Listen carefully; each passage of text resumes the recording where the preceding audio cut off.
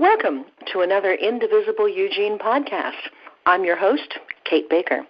Today, we are talking about the Women's March that took place in Eugene this weekend, and with us to discuss that march is the president of the local NAACP, Eric Richardson.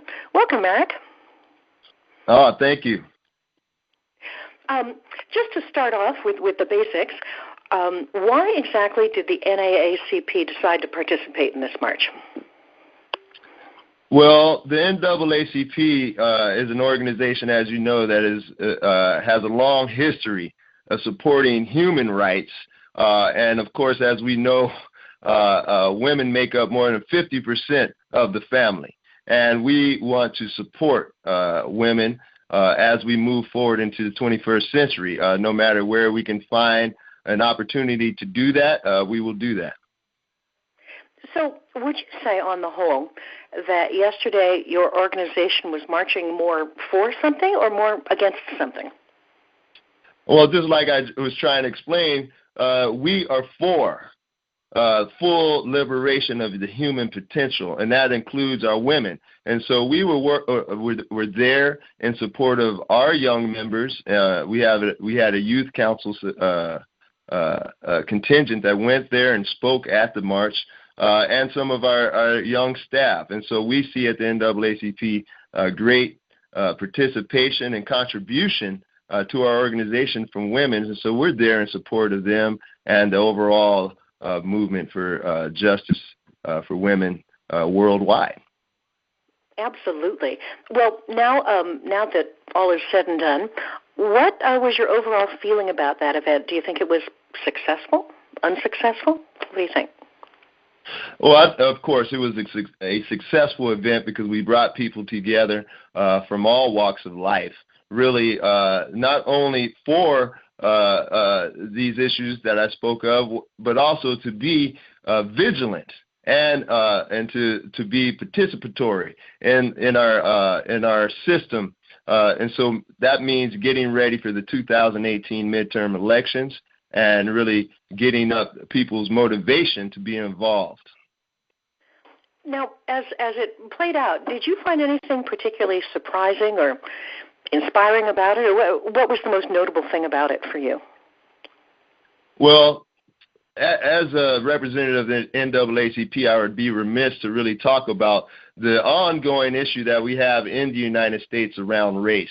And as we move forward, we're going to have to really think about how we can be as inclusive as possible when having these type of events and looking at all the voices, because race, unfortunately, is such an ingrained part of our society that women of color really have multiple issues to deal with. And so it's very surprising that even today, 21st century, when we're all support of women's issues, that we have divisions even about how we do that and how we organize. So we've got work to do around that, but it's encouraging that we see this movement in general.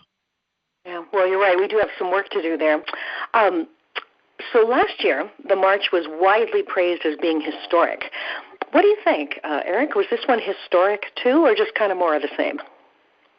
I think we live in historic times, so whenever there's action, it's going to be historic because we need every little bit is going to make a difference. And so I think that people need to value their time and value the energy that they give to it, because it will make a difference. So I think that to consider every action we do as historic is important in this time. Oh, that is well put. Yes, every action is historic. Well, Eric, I guess my last question for you would be, once it's all over and everyone goes home, do you think anything has changed because of this march, or did we just all get to feel good for an afternoon? Well, hopefully we feel good for an afternoon, and the rest of the folks there finish filling out their ballots on Measure 101 in support of that, and that we will continue to register other folks and get ready for November 2018. Well, thank you so much for your time, Eric. And if anyone listening would like to know more about the NAACP, where should they go for that information?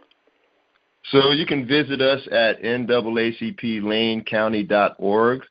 Call the office at 541-484-1119, or drop by our office space at the historic Mims House located at 330 High Street. We're open. We have really modest office hours at this point, looking for any kind of support to change that, but we're open Monday through Friday, 10 to 1, so you're welcome to stop by at that time.